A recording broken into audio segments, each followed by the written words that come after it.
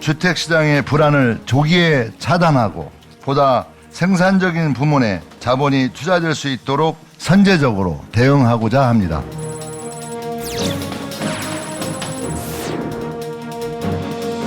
중요한 건 지금 정책의 실패가 계속 이어지고 있어요. 시장에 잘못된 신호를 계속 주는 거예요.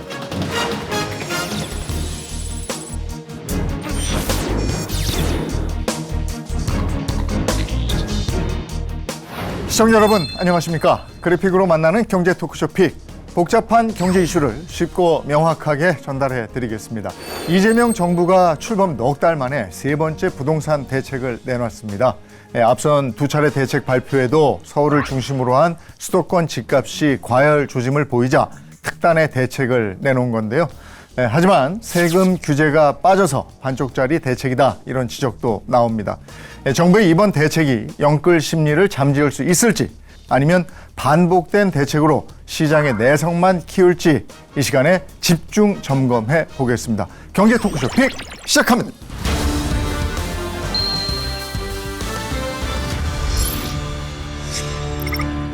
오늘 함께해 주실 분들 소개해드리겠습니다. 먼저 김인만 부동산 연구소장 모셨습니다. 어서 오세요. 안녕하세요.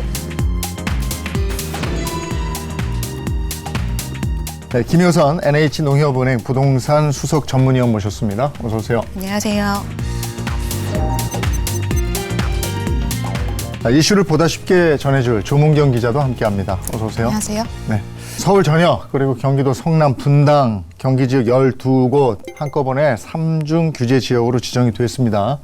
사상 유례 없는 강력한 규제인 거죠? 이번에는 이제 세 번째 대책이잖아요. 예. 이걸 시간을 끌면 정부가 불리하다는 걸 알고 있는 것 같습니다. 한 번에 굉장히 강력한 규제를 해서 막아버리겠다라는 대책을 발표를 했는데 시장의 생각을 좀 뛰어넘긴 했고요. 와, 저도 토지거래 허가구역을 이렇게 지정할 줄은 몰랐거든요. 그냥 조정 대상 지역을 서울 전체로 지정하고 일부 지역을 투기과열지구나 토지거래 허가구역 정도를 지정할 줄 알았는데 이게 한 번에 이렇게 서울 전역과 경기도 12곳을 지정하다 보니까 시장에서는 뭐 충격이다, 당황스럽다, 좌절, 분노 이런 반응들도 나오고요. 또 일각에서는 무주택자들은 이제 집값 잡히는 것이 아닌가 뭐 기대감을 보이는 분들도 있고 강남 쪽에서는 무덤덤하게 우리는 원래 규제 지역이었는데 무슨 상관이야 이런 곁들도 있고 굉장히 다양한 반응들이 나오고 있는 상황입니다. 근데 이렇게 규제 지역이나 토지거래 허가구역으로 지정이 되면 어떤 규제가 적용이 되는 겁니까? 대출과 세제 그리고 청약, 재정비 사업까지 한꺼번에 규제가 들어갑니다. 뭐 대출도 지금 무주택자 같은 경우에는 LTV가 70%까지 됐었는데 규제가 됨으로써 40%까지 줄어들었고 주택이 한 채라도 있으면 처분하지 않는다는 조건에서는 아예 대출이 안 나오는 그런 강력한 규제를 받고요. 세제에 있어서도 지금 취득세가 2주택부터는 8%, 3주택 이상은 12%의 이제 중과된 취득세를 내게 되고요. 양도소득세도 내년 5월까지는 중과가 유예되어 있긴 하지만 법이 바뀐 건 아니기 때문에 내년에 유예가 계속해서 연장되지 않는다면 20% 또는 30%의 가산세가 붙는 상황이고요. 또 청약에 있어서도 전매 제한이 3년 정도 되고 또 10년 이상까지도 재당첨 금지 제한이 적용이 되고요. 재정비도 재건축 재개발 단계는 다르지만 어떤 단계 이상이 되는 단지들은 주택을 매입한다 하더라도 조합원지 양도가 안 되기 때문에 현금 청산되거든요. 그래서 재건축만 말씀드리면 조합 설립을 인가받은 이후부터는 다 현금 청산이 되기 때문에 사실은 대부분 재건축 단지가 거래되기가 쉽지 않은 상황입니다. 부동산 관련해서는 정신 바짝 차리고 있지 않으면 이게 몰라요. 네. 그리고 내가 해당이 되는지 뭔지를 내가 몇 년도에 언제 집을 샀는지 어떻게 했는지에 따라서 다 이 적용이 달라지니까 말이죠. 맞습니다. 네. 정부가 이번에 또 이 고강도의 대책을 내놓은 이유는 아시겠습니다만은 두 번에 전에 있었던 대책이 실효가 없었다는 판단 하에서 냈을 텐데 근데 6.27 대책 당시에는 이게 바로 발표하고 시행이 됐기 때문에 효과가 초반에 좀 있었단 말이에요. 근데 그러다가 희지부지 됐어요. 이제 6억으로 묶은 거잖아요. 그렇습니다. 15억 이상. 네네. 근데 대출 이렇게 묶었는데도 효과가 없었던 이유는 뭐였어요? 일단 6.27 대책 발표될 때만 하더라도 와 강력하다. 이 정도면 집값 잡는 거 아니야? 라는 의견들이 나왔는데 6.27이 이제 강력하게 느껴진 이유는 지금까지의 규제 패턴과는 달랐기 때문이에요. 대출 규제는 우리가 LTV, DSR이 있는데 LTV는 집값 한도, 10억인데 LTV가 70%면 7억까지 대출이 나오는데 DSR은 소득과 연계가 되거든요. 너 연봉이 얼마 안 되네? 5천만 원밖에 안 되니까 2억밖에 안 나와. 라는 규제였는데 한마디로 이게 비율에 따라서 규제를 했는데 이번 6.27 대책에서는 정량 규제, 그냥 6억. 네. 수도권 규제 지역은 6억까지 안 해줄 거야. 라고 나오니까 신선한 충격을 받았고요. 전격적으로 발표가 되고 그 다음 날부터 시행 뭐 이렇게 나와버리다 네. 보니까 충격을 받았는데 이게 2달이 지나다 보니까 사람들이 익숙해져요. 7월, 8월 아마 여름 휴가 갔다 와서 머리를 좀 식혔는지는 모르겠는데 휴가 갔다 와서 거래량 또 늘어나고 네. 더 이상 6.27 대책에 얘기를 하지 않습니다. 왜? 6억? 내가 적응하면 되지. 실제로 강남이나 고가 아파트 시장이 아니면 6억 대출 받기도 쉽지 않거든요. 연봉 1억이 넘어가야만 DSR에 6억 대출이 나오기 때문에 이제 느낀 거예요. 6억 대출 충분히 우리가 감당할 수 있겠는데 라는 생각이 들었고 97 공급 대책에서 저는 약간 실수를 했다고 생각하는데 135만 호의 주택을 수도권에 착공하겠다라고 하니까 135만 호? 그게 얼마나 많은 거지? 이게 되는 거 맞아? 윤석열 정부 때는 270만 호. 네. 이게 뭐지? 라는 공감 능력이 좀 떨어지는 부분이 있고요. 두 번째는 공급 대책이라고 발표를 했는데 마지막 내용을 보게 되면 규제 지역 지정되게 되면 LTV 50에서 40%로 더 줄이겠어. 토지거래 허가구역 지정 권한을 국토부가 가지고 가겠어. 라는 내용이 들어가다 보니까 시장에서는 이것 봐. 세 번째 대책이 곧 나오겠구나. 세 번째 대책은 토지거래허가구역을 국토부가 권한을 가지고 가니까 토지거래허가구역이 지정이 되고 LTV를 내린다고 하니까 투기과열지구가 지정이 되겠구나라고 힌트를 얻죠. 그러면 어떻게? 빨리. 규제가 적용되기 전에 빨리 움직여야 되니까 97 대책이 발표되고 이제 시장은 불장이 됩니다. 왜? 먼저 움직여야 되니까. 너무 가파르게 올라가다 보니까 지금 화들짝 놀란 정부가 11호 대책을 발표했는데 충격요법이라고 이제 발표는 했습니다만 이게 너무 충격적이다 보니 만약에 많이 오른 곳들 있잖아요. 마포, 성동, 광진구, 뭐 분당 같은 곳들은 주민들이 우리 많이 올랐으니까 마음의 준비했어. 우리 규제 당할 줄 알았어라고 마음의 준비를 하고 있었는데 노도강이나 금강구나 수원 같은 경우는 생각하지도 않다가 갑자기 날벼락을 맞다 보니까 지금 굉장히 황당하다. 분노를 표출하고 있는 상황입니다. 지금 97 대책 잠깐 언급을 해주셨습니다만은 97 대책은 97 공급 대책 이렇게 그렇죠. 이름이 붙잖아요. 네네. 근데 사람들이 느끼기엔 이게 현실적이지 않다 이렇게 네. 느꼈나 봐요. 맞습니다. 그게 또 그러니까 계획이라는 거는 가장 중요한 거는 실현이 되느냐잖아요. 근데 실현 가능성도 적다라고 느끼기도 했고 또 만약에 실현된다 하더라도 우리가 최근에 집값 오른 지역들을 보면 한강벨트라는 단어가 이제 나올 정도로 그 어떤 생활 그 행정동이 아니라 생활권 중에 한정적인 지역만 오르고 있었거든요. 근데 이번 계획이 잘 실현돼서 좀만 기다리면 그 지역들의 신축 아파트가 공급될 거라는 게 장기라도 보이면 아마도 좀 기다리는 분들이 있었을 텐데 사실은 그 지역들은 쏙 빼놓고 LH 주도하에 LH가 갖고 있는 그런 보유 자산으로 시행을 직접 하겠다라는 내용이 굉장히 가장 눈에 띄는 부분이었습니다. 그러니까 이거 자체도 실현성이 떨어져 보이는데 실현된다 하더라도 어차피 내가 사고 싶은 그 지역은 아니라고 판단되니까 그 97 대책 이후 9월 8일 주간 동향부터 갑자기 또 상승폭이 굉장히 확대가 됐거든요. 그래서 그 이후부터는 그 전에 많이 오르던 성동, 마포를 더 벗어나서 뭐 성북이라던가 아니면 광진구 같이 그 주변 지역까지 확산이 되는 모습들이 좀 발견되기 시작했습니다. 전세 대출하면 갭 투자도 막을 수 있고 전세값 상승하는 것도 어느 정도 좀 막을 수 있고 이렇지만 월세는 또 올라가는 거 아니에요? 월세가 올라가죠. 네. 지금 문제가 이제 정부가 방향성이 중요하잖아요. 네. 우리가 정책의 방향성이 중요한데 이제 또 문재인 정부 시절로 돌아갑니다. 이번 정부가 문재인 정부의 부동산 정책 실패를 반복하지 않기 위해서 나름대로 분석을 했는데 뭐라고 분석했냐면 2017년에서 2021년까지 전세 가격이 많이 올랐어요. 왜냐하면 서민 주거 안정을 위해서 전세 대출을 많이 풀었거든요. 그러다 보니까 전세 가격이 급등하게 되고 그 급등한 가격이 매매 가격을 밀어 올렸다.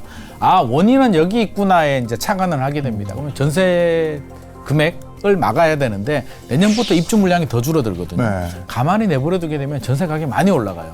그러다 보니까 대출을 막으면 전세 가격이 못 올라가겠구나라고 이제 생각을 하게 되고 이번에는 1주택자가 이제 전세 대출을 받는 경우 이자분에 대해서 DSR을 적용하는데 이게 끝이 아닙니다. 제가 볼 땐 앞으로 더 강한 규제들이 계속 나올 거예요. 그러면 1억이 올랐다고 쳐요.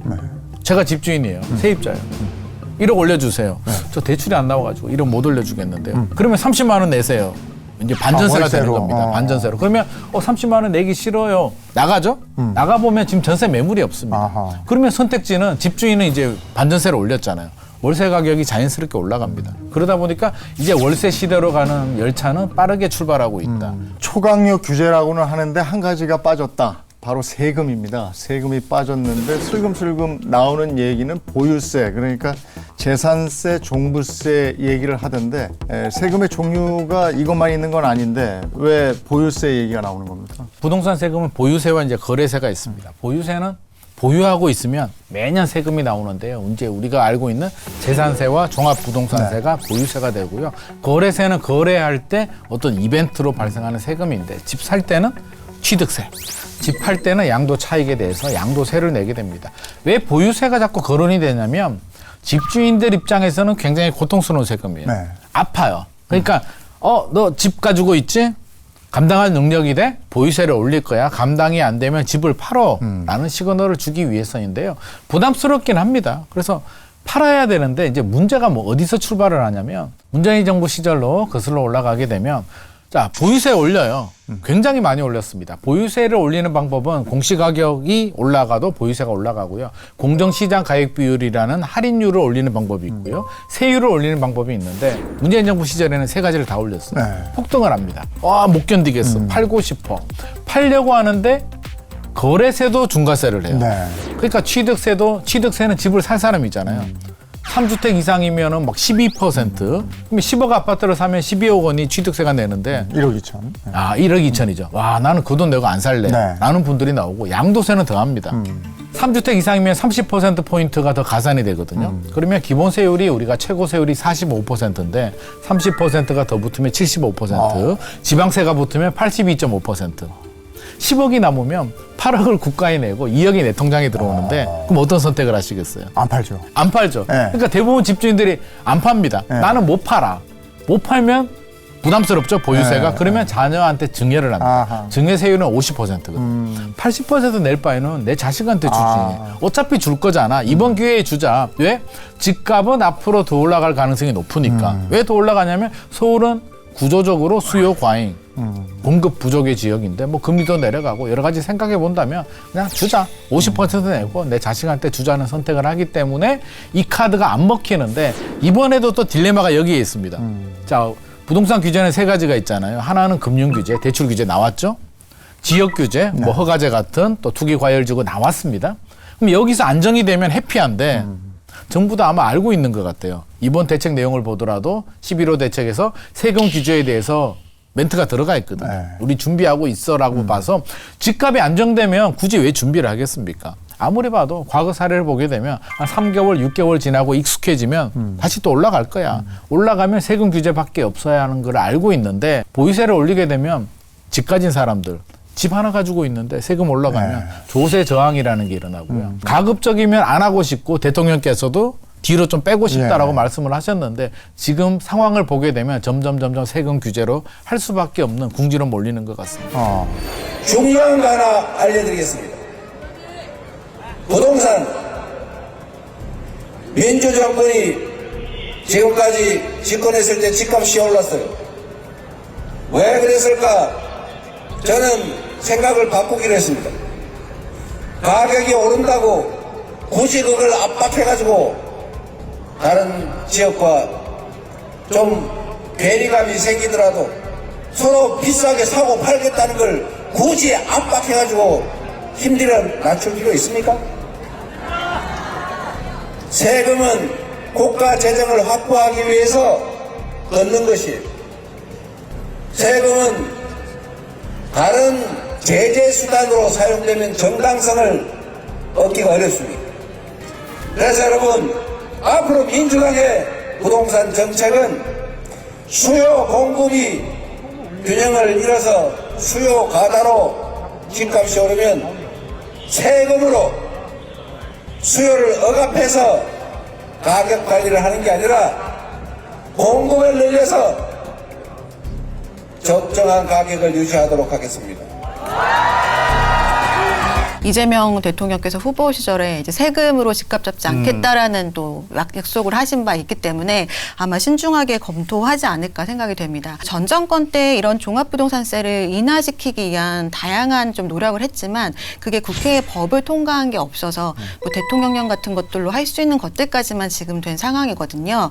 그리고 이제 종합부동산세 외에 취득세와 양도소득세는 여전히 문재인 정권 때 그 세법이 지금 유효한 상황입니다. 아까 말씀드린 것처럼 취득세는 이제 다 규제가 됐기 때문에 강화가 이제 되고 있는 상황이고 양도소득세도 내년부터는 다시 강화될 여지가 있는데 마지막 남은 카드가 이제 종합부동산세는 아직까지는 이제 윤 정권 시절에 완화시켜 놓은 거에 머무르고 있기 때문에 이제 이 얘기를 계속 할 수밖에 없는 상황인 것 같고요. 법을 바꾸는 것, 그러니까 세율 자체를 다시 인상하는 거는 다소 부담스러울 수 있기 때문에 가장 1차적으로 할 수 있는 것은 아까 소장님 말씀하신 대로 공시가격은 이미 자연스럽게 오를 테고 공정시장가액 비율을 다시 현실화시키겠다라고 말하는 건 사실 명분이 있을 수 있거든요. 공정시장가액 비율이 여전히 69%니까 이걸 차츰 다시 현실화하겠다라고 하는 것만으로도 종합부동산세는 올라갈 수 있기 때문에 뭐 거창한 그 세법을 개정하지 않더라도 여기에 대한 거는 부담이 더 클 수 있다라고 생각을 하시고 전략을 세우셔야 될 것 같습니다. 우리가 재산세가 뭐 이렇게 높은 편은 아니다라고 말씀을 하셔도 재산세를 우린 두 번 내잖아요. 종부세라는 게 또 있잖아요. 맞습니다. 그러니까 이걸 합쳐놓으면 그렇게 낮은 건 아닐 것 같다는 생각이 들고요. 맞습니다. 또 하나는 지금 수준에서 보면은 똘똘한 한 채로 몰렸기 때문에 네. 이번에 만약에 보유세를 건든다면 가액으로 가지 않을까 이런 생각을 하는데 맞습니까? 그런 얘기들도 이제 조금씩 나오고 있습니다. 지금 한 채는 사실은 실거주 목적이라고 생각하기 때문에 한 채보다는 좀 더 저렴한 주택 여러 채를 가졌을 때 종부세에 있어서는 불리한데 이걸 또 50억짜리 한 채를 갖고 있는 사람과 5억짜리 세 채를 갖고 있는 사람 중에 누가 더 많이 내야 되냐 또 이런 얘기들이 나오긴 해요. 그래서 그것도 또 그 세금을 직접 내는 당사자들한테는 어떤 식으로 하더라도 저항이 있을 수밖에 없는 거라서 이걸 그냥 결정하긴 부담스러우니 이제 용역을 통해서 결정하겠다 이런 입장을 지금 정부에서는 보이고 있는 상황이고요. 종부세는 사실 우리나라의 거의 이제 여러 선진국과 비교했을 때도 다른 국가에는 없는 그런 제도다 보니까 이중과세에 대한 논란도 늘 있을 수 있고 또 이걸로 통해서 세금을 많이 걷게 되면 이 주택을 보유하고 있는 사람은 이게 이제 비용으로 당연히 여겨지잖아요. 세입자가 일부를 또 전가하게 되는 그런 부작용도 있을 수 있고 그 세입자한테 전가되는 몫이 있을 것이다에 대한 우려를 말씀하셨잖아요. 전에 보면 실제로 그랬잖아요. 위험 회피하는 여러 가지 방법 중에 하나가 전가예요. 그러니까 위험을 내가 100% 떠안을 수도 있고 아예 팔아서 회피하는 방법도 있고 이거는 이제 세입자가 살고 있으면 전가를 시키는데 자 내년부터 입주 물량이 줄어들죠. 월세화 속도가 더 빨라지죠. 월세 가격 올라가죠. 이 틈에 그냥 같이 올리는 거죠. 그래서 결국에는 저는 세입자들도 굉장한 고통을 받을 수밖에 없고 세입자 입장에서는 선택의 여지가 없어요. 왜?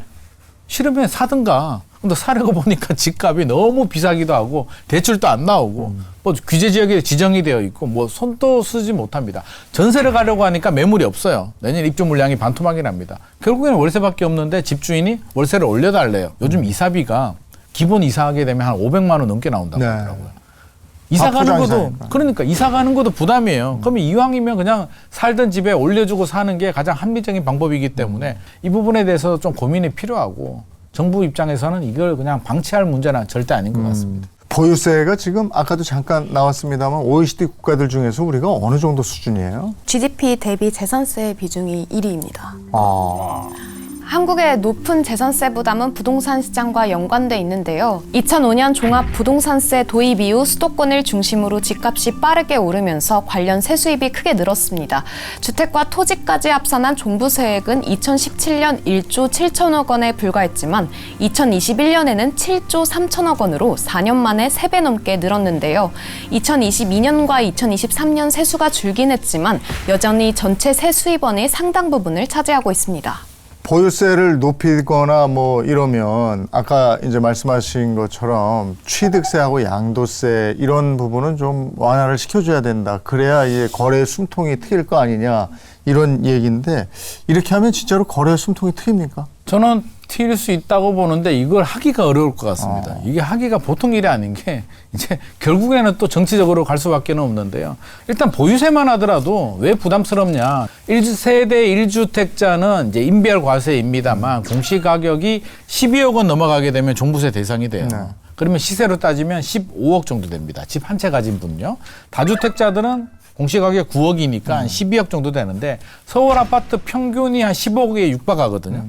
종부세를 올리게 된다는 얘기는 서울 아파트의 평균 이상 아파트를 가지신 분들은 모두 다 이제 세 부담을 느낄 수밖에 없는 그런 상황이 됩니다. 누가 세금 부담이 늘어나는데 즐거워하고 반길 사람이 어디 있겠습니까? 안 그래도 힘든데 그러면 원칙적으로는 이제 보유세를 내려주게 되면 매물이 나옵니다.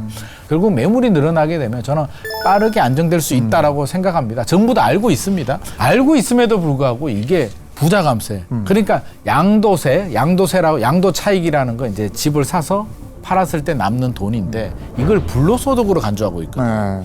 불로소득을 얻었는데 세금으로 환수하지 않고 오히려 인센티브를 준다.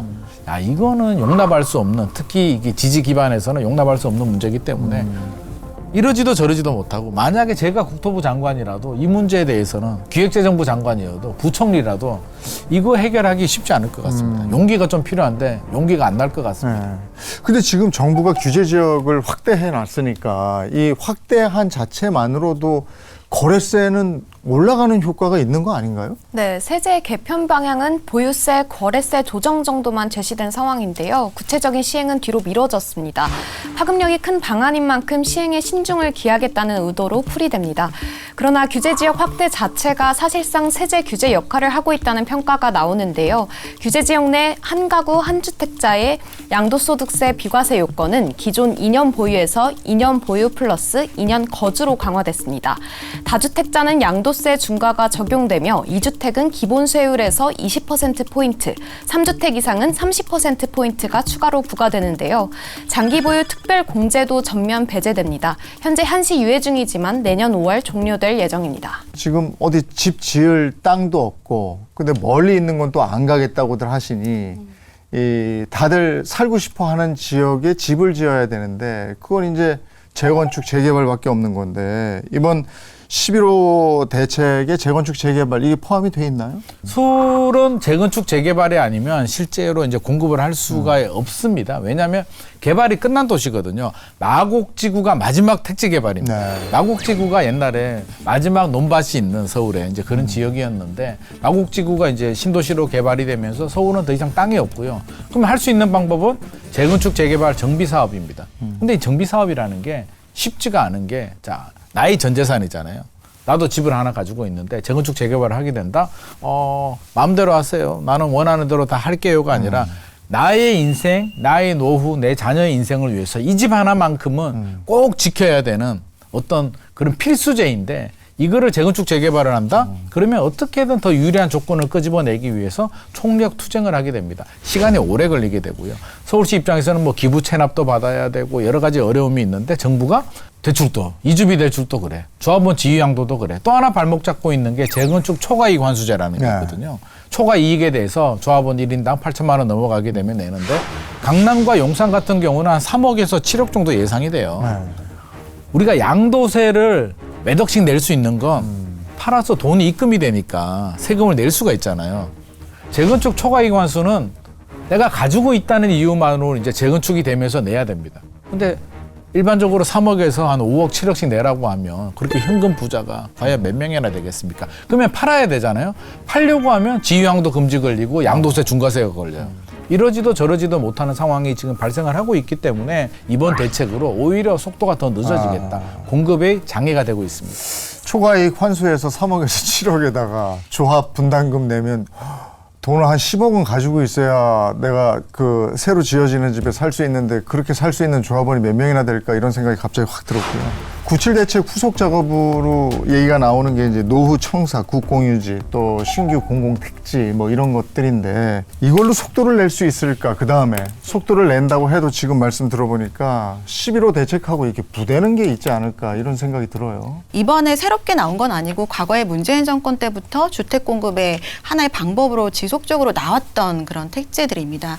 신규 공공택지는 3기 신도시를 말하는 거고 노후청사 국공유지도 문정권, 윤정권 때 할 수 있는 거를 다 연끌해서 진행하겠다라고 했지만 지금까지 입주된 거는 거의 없는 상태라 사실은 지금 그때보다 지금 더 사업 환경이 어려워진 상황에서 공급을 빠르게 하기는 쉽지 않아 보이고요. 이번에 좀 같이 부딪히는 그런 정책들로는 대부분 규제 지역으로 지금 지정이 됐기 때문에 이제 분상제에도 적용을 받게 되거든요. 그래서 지금 비용이 많이 올라가 있는 상황에서 분양가를 그만큼 높일 수 있는 강남권이나 이런 지역들은 그나마 공급이 되지만 뭐 노원구에 있는 재건축 단지는 그 재건축 부담금이 5억 원이었다가 최근 자료는 또 7억 원까지 올랐던데 그렇게 분양가를 높이지 못하는 지역들은 분양가가 비용을 받쳐주지 못해서 아예 공급 자체가 안 되거든요. 그래서 노후청사 국공유지는 그렇게 될 가능성이 높아서 더 지연될 가능성이 좀 커 보이고요. 또 공급을 받는 그러니까 그 수분양자의 입장에서도 대출에 관련된 규제들이 지금 굉장히 많이 나왔잖아요. 근데 중도금 대출까지는 시공사에서 어떻게 해준다 하더라도 잔금 대출 시에는 금융 규제를 적용을 받거든요. 그러면 이제 소비자 입장에서는 분양을 받을 때 먼 미래에 지금 규제를 적용시켜서 현금 계획을 세울 수밖에 없기 때문에 과거에는 3기 도시 분양이 가능했지만 이제 앞으로는 어렵게 되는 그런 분양자들도 늘어날 수 있어서 이게 뭐 성공적으로 공급이 된다 하더라도 받는 사람이 좀 줄어들 가능성도 있고요. 그리고 이제 청약을 할 때도 분양권 전매라던가 재당첨 제한 같은 게 있기 때문에 이 모든 규제들이 이제 분양받는 입장에서 고려해야 될 사항으로 지금 바뀌었습니다.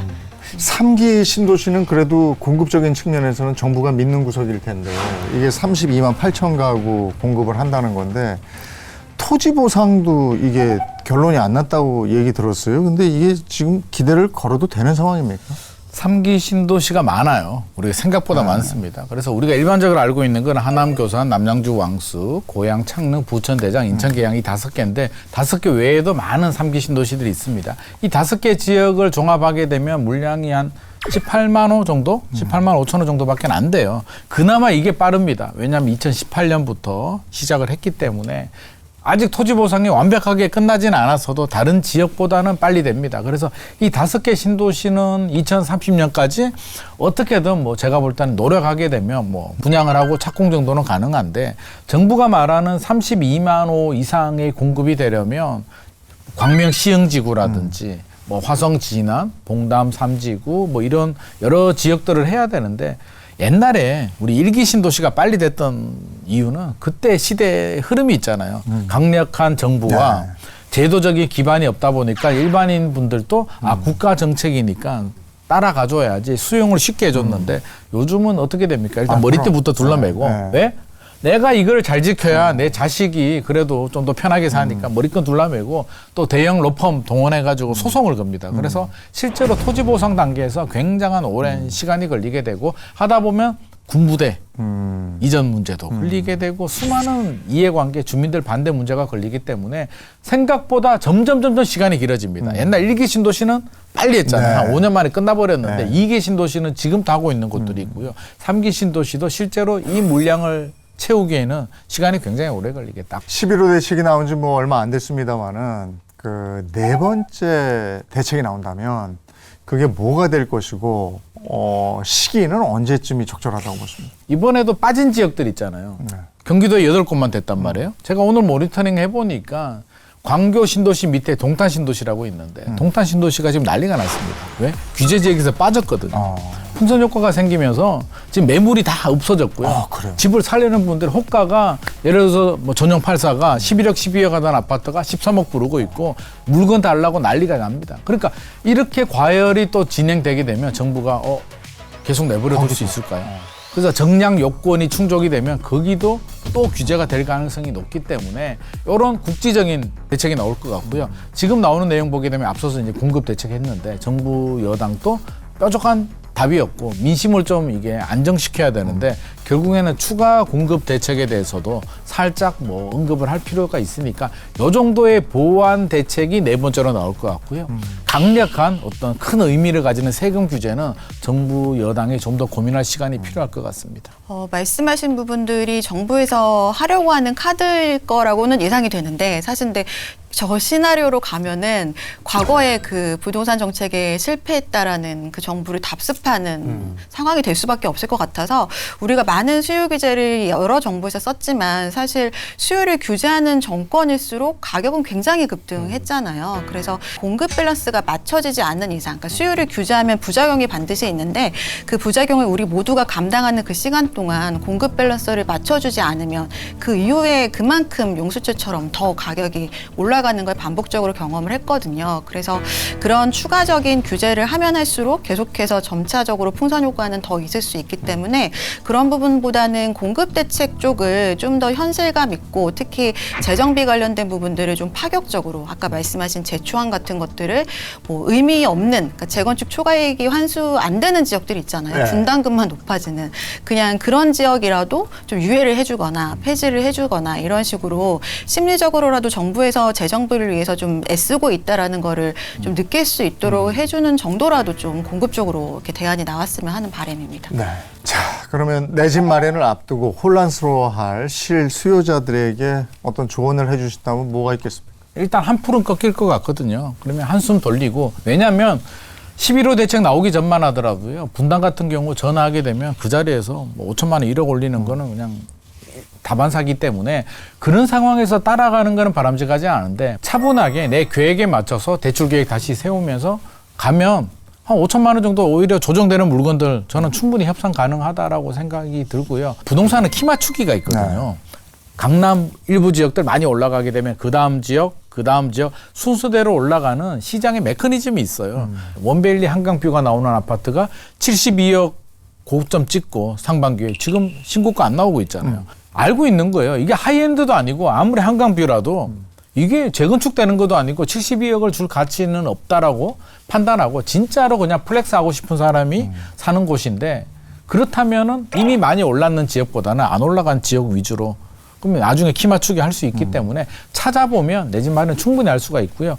청약 조건이 좋으신 분들이라면 앞으로 또 3기 신도시 같은 청약 물량들이 나오니까 또 도전할 수도 있습니다. 현금이 있으신 분들은 아무 걱정 없으시겠고 또 그 각자의 상황에 따라서 너무 다르기 때문에 좀 이런 말씀 드리는 거 요즘에 좀 송구스럽기도 하더라고요. 근데 아무튼 지금 공급이 받쳐주지 않는 이런 상황들은 아까 말씀하신 것처럼 내년부터 더 심각해지거든요. 그래서 각자 도생해야 될 수밖에 없습니다. 그래서 앞으로는 재건축으로 인한 공급이 쉽지는 않기 때문에 지금 최근까지 신축에 대한 희소성 그래서 신축 위주로 굉장히 가격이 급등했던 때였는데 신축이 좀 어렵다라고 한다면 저는 이제 입지 좋은 쪽이나 학군지 위주로 다시 한번 입지 쪽을 보면서 재검토를 해보시면 좋을 것 같고요. 당장은 생각보다도 훨씬 강력한 수요책이 나왔기 때문에 멈칫할 수 있습니다. 그래서 이 시기가 지나면 또 꿈틀꿈틀 올라가는 시기들이 온다라는 걸 우리 모두 경험을 했잖아요. 그래서 그 초반에 그 타이밍이 언제인지를 좀 시장을 관망하시면서